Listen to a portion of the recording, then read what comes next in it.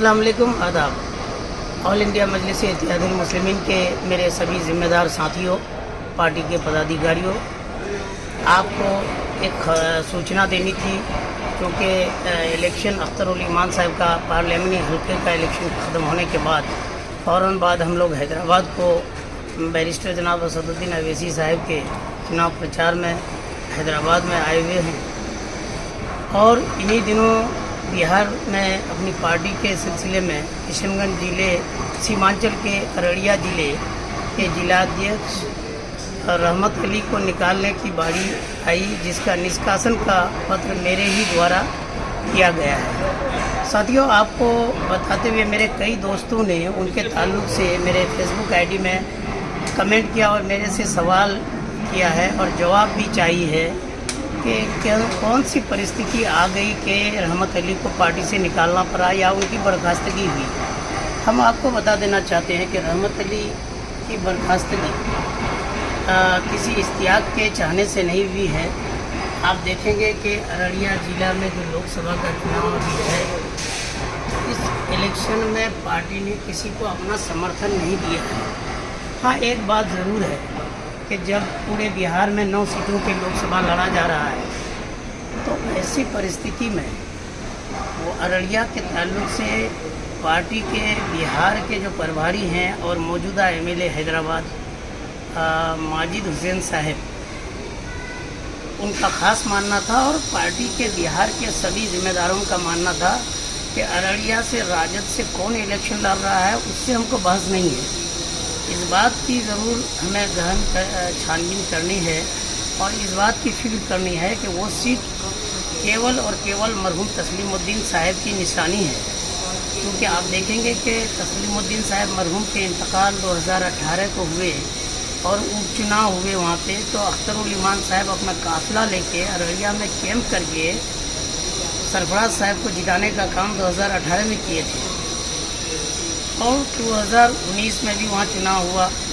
2020 में जब पूरे बिहार में चुनाव लड़ने की बारी आई तो अख्तरुल ईमान साहब और माजिद हुसैन साहब एमएलए जो बिहार के प्रभारी हैं, उन्होंने ख़ास तौर पर फैसला लिया कि अररिया में वो सिर्फ तस्लीमुद्दीन साहब का सीट है, मरहूम तस्लीमुद्दीन साहब के सीट में हमको उनके ख़िलाफ़ में या उनका जो भी उम्मीदवार है उनके विरोध में वहाँ उम्मीदवारी नहीं देनी है।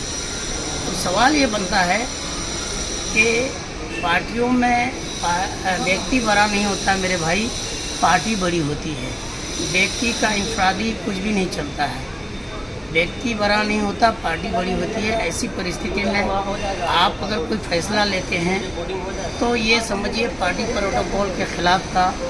और ऐसे भी आप जानिए कि आपके अच्छे परफॉर्मेंस नहीं रहे माजी के दिनों में, आप कैसे कैसे लोग, आप किस तरह से एमआईएम के जिला अध्यक्ष बने हैं, ये तो आपको जिला अध्यक्ष बनाने के बाद हम लोगों को पता चला।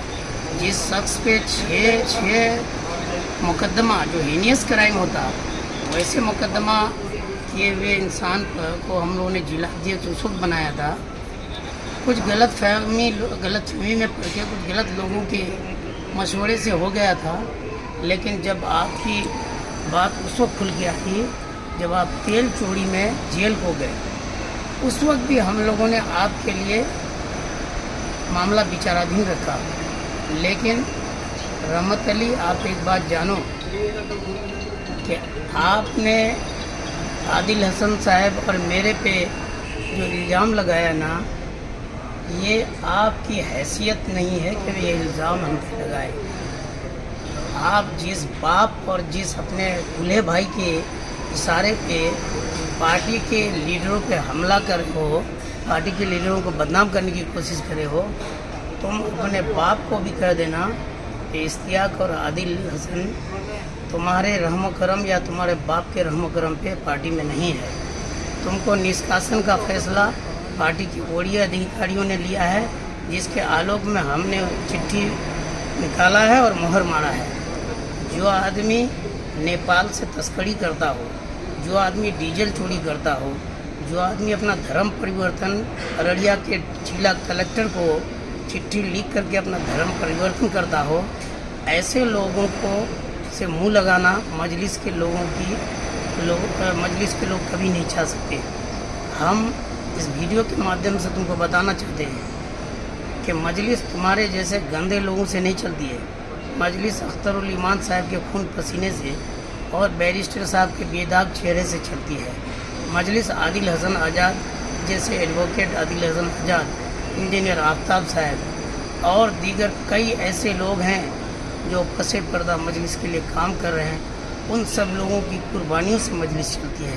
तुम्हारे जैसे चिंडी चोर वो 4 लाख का एक कार ले करके जाली KGF बन के तुम जो लंबी लंबी बातें करे, इतने का मोबाइल रखते हम जितने का तुम कार पे चलते हो।